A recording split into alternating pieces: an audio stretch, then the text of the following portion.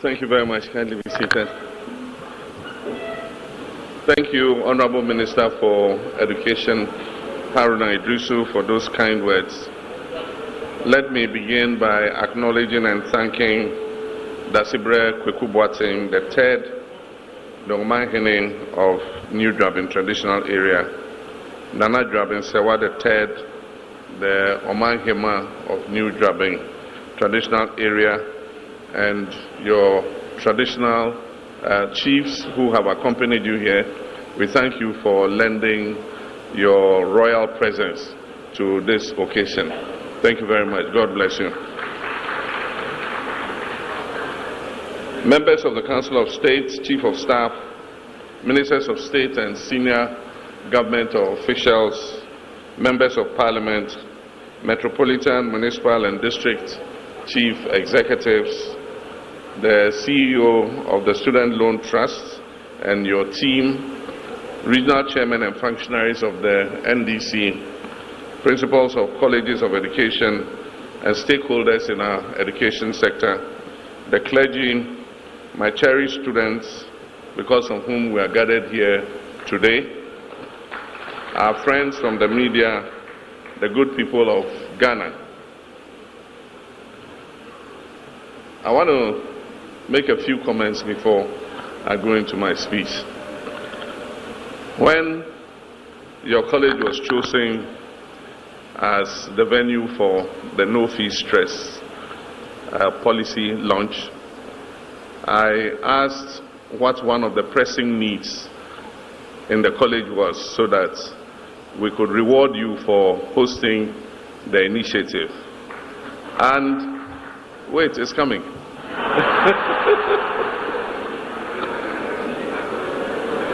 And I was told that you are in dire need of a male hostel.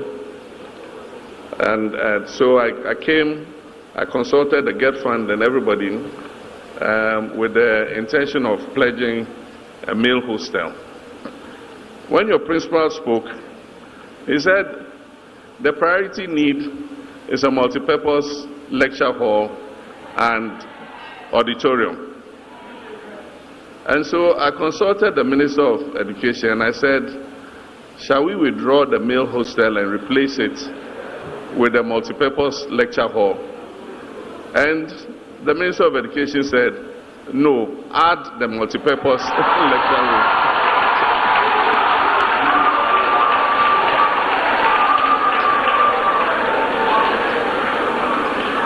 So allocation, luckily the Get Fund boss is here.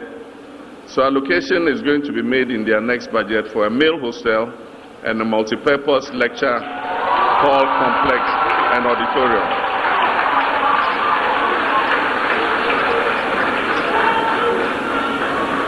In addition, your principal raised the issue of mobility, vehicles. The Ministry of Education has its program already.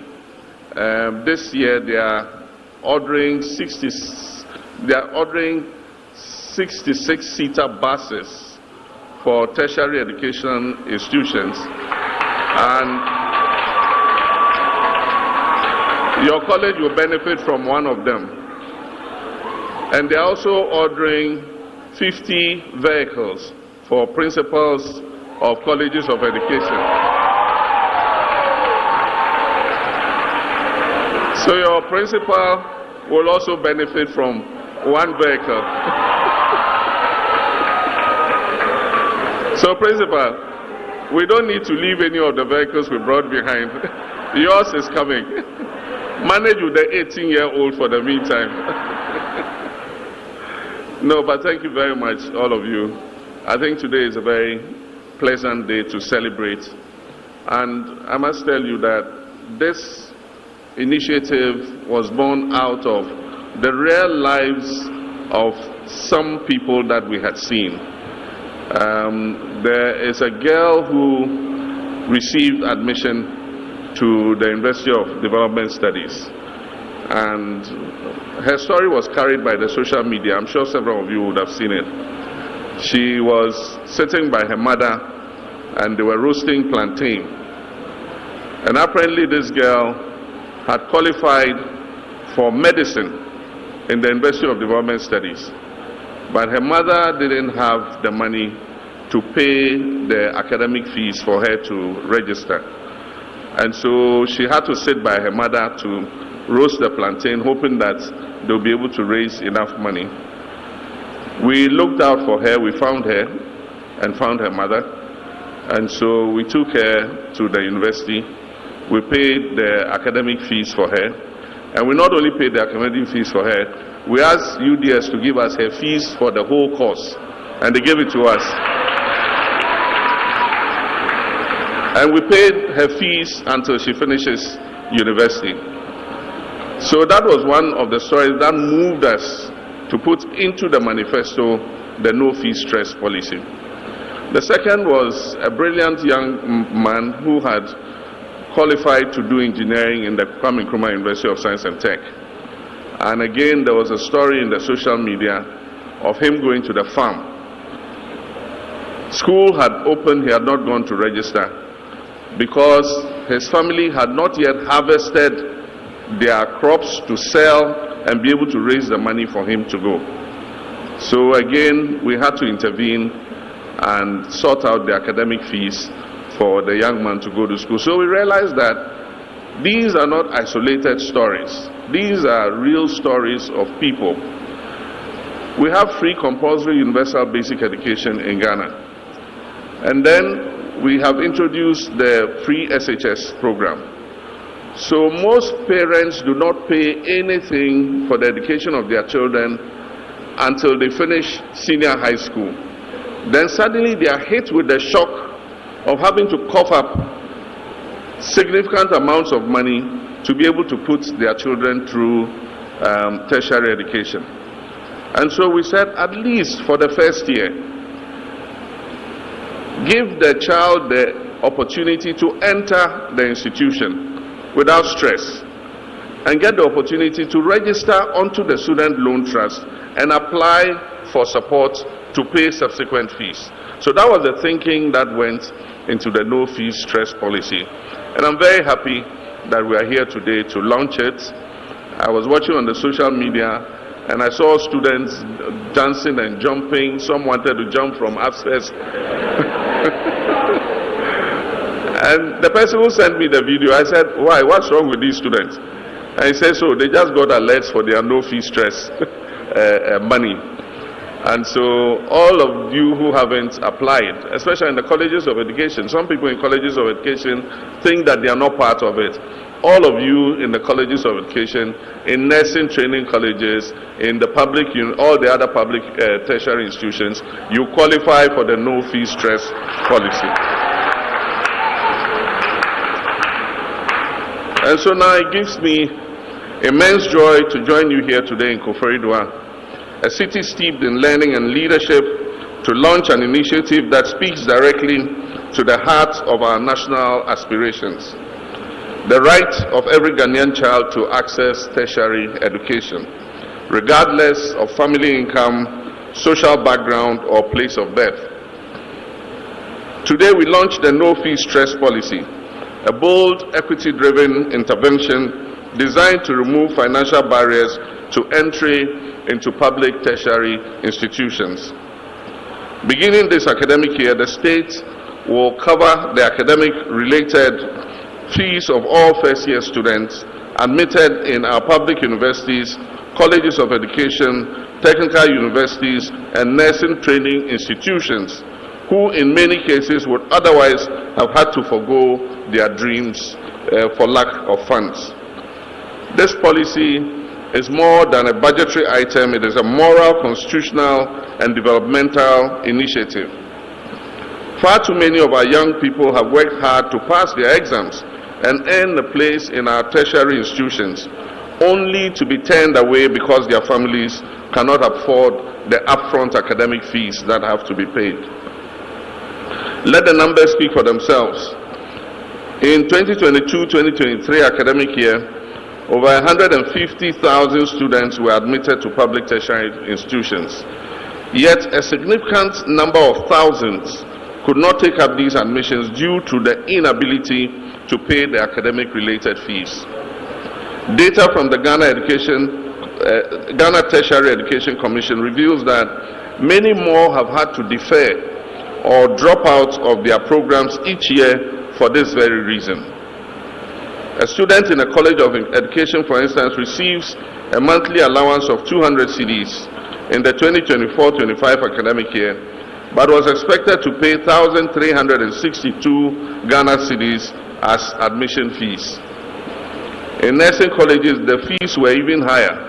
Receiving the same 200 cedis a month, they were required to pay 2,340 Ghana cedis as admission fees. The annual student loan of 2,550 cedis falls far short in covering university academic-related fees, which in some cases are as high as 8,000 cedis. And the tragedy is that they are required to pay these fees when they have not yet had the opportunity to register for the student loan scheme. These are not just statistics. Behind each number I mentioned is a face and a dream deferred.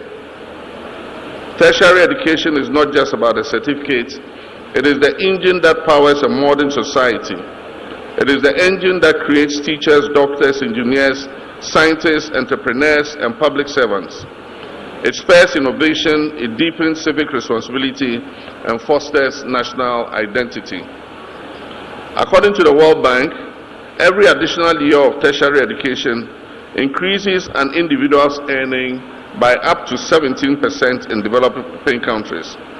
And yet, according to the 2021 Population and Housing Census of Ghana, only 18% of Ghanaians aged 18 and above have completed tertiary education. This means over 80% of our adult population lacks post-secondary qualification. In a nation that is striving to build a resilient, knowledge-driven economy, this gap is one we cannot afford to maintain. The no-fee stress policy has been designed with deliberate inclusivity and scalability. Its key components include the no academic fees policy. Under this policy, the government will cover the academic-related fees for all first-year students admitted to public tertiary institutions.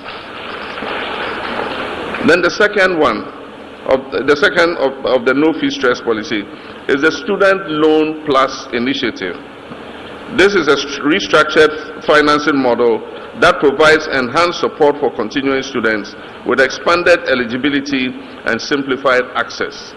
And as you were just informed, next year, the money allocated to the student loan scheme is going to be doubled. And so, you will also expect a doubling of your student loan. Then we also have the free tertiary education for persons with disability. To ensure full inclusion and compliance with our obligations under the Disability Act, all persons with disability shall have free tertiary education from first year until they complete. And as I told you already, there will be increased student loan amounts which will reflect the real cost of tertiary education, and it will be adjusted annually for inflation. We also have diversified student funding mechanism, including targeted scholarships for underrepresented communities and disciplines that are vital to our national development. In addition, students in fee-paying programs without regular track equivalents will receive a reimbursement of up to 2,500 cedis for their academic fees. Ladies and gentlemen, this policy is complementary, it's not substitutionary. It does not replace existing allowances and loans, but it lightens the heaviest burden, that is the cost of entry, that keeps thousands of brilliant students outside the gates of institutions like this. This policy is not about welfare, it is about fairness. It is about restoring dignity to the Ghanaian student. It is about affirming that the right to education is not a privilege for only the wealthy, but it's a shared national inheritance. Education is the grand equalizer. It bridges the gap between where a child is born and what the child can become. This policy ensures that geographical location, gender, disability, or socio-economic background will no longer determine who can sit in a university lecture hall. Across the world, countries are embracing the value of publicly supported tertiary education. In Germany, public universities charge no tuition fees, not even for most international students. In Norway, Finland, and Scotland, all these countries have adopted similar models, recognizing that education is not a cost to be feared, but it is an investment to be protected. These countries have, as a result, developed highly skilled populations, reduced youth unemployment, and increased social mobility and enhanced civic engagement. Ghana must not be left behind. We must prioritize our people's intellectual capital as our greatest asset. Let me use this occasion to call upon all our stakeholders. To my students, this opportunity is yours to seize. Focus, excel, and commit yourselves to serving your nation, Ghana. To our tertiary institutions, implement this policy with transparency, compassion, and excellence, and let us make this a model of effective public delivery. To the private sector and our development partners, I invite you to co-invest in this future through endowment funds, bursary schemes, and public-private financing models that extend the reach and sustainability of this initiative. Let us work together to raise a generation of Ghanaians who are confident, skilled, and ready to build a prosperous and united nation. Mr. Chairman, as we were told, 150,000 students have so far accessed the portal. And for those of you who have not accessed the portal, you better start doing so now.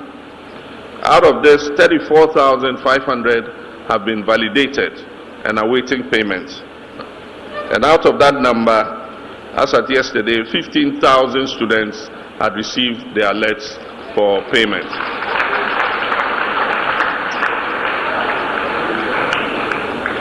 This is just the beginning. And today, with our student educators, parents, and development partners, I'm pleased to declare the no-fee stress policy officially launched.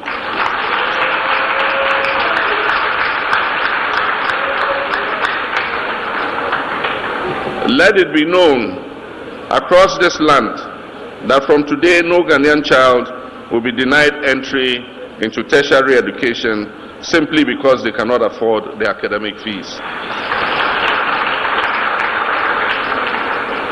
This is a path to a more just society. This is how to build a future where no dream is deferred and no potential is wasted. And I'm pleased to inform you that we're also working on your trainee allowances.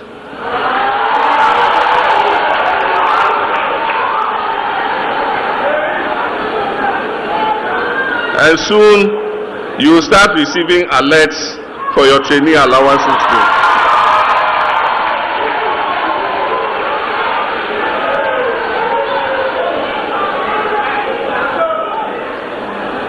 This time we're structuring it in a way where you will receive it monthly. And so the accountant, you let me finish. The Accountant General's Department is going to be responsible for it.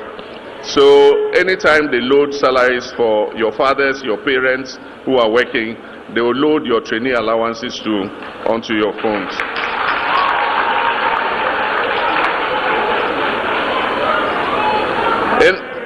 In conclusion, in launching this initiative, we also fulfill our constitutional mandate under Article 38(3) of the 1992 Constitution, which enjoins the state to provide equal access to university or equivalent education to all Ghanaians. We are building a Ghana where opportunity is not inherited but created.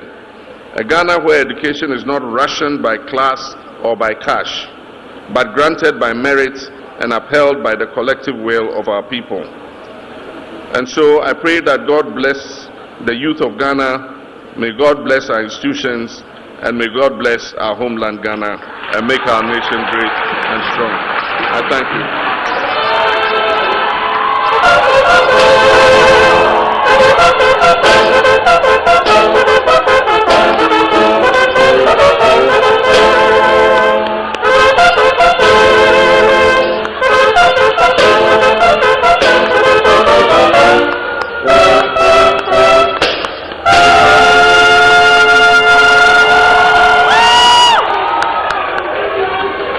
Thank you. Wow. If you're happy, make some noise. If you're happy, make some noise. Yes, the future is bright.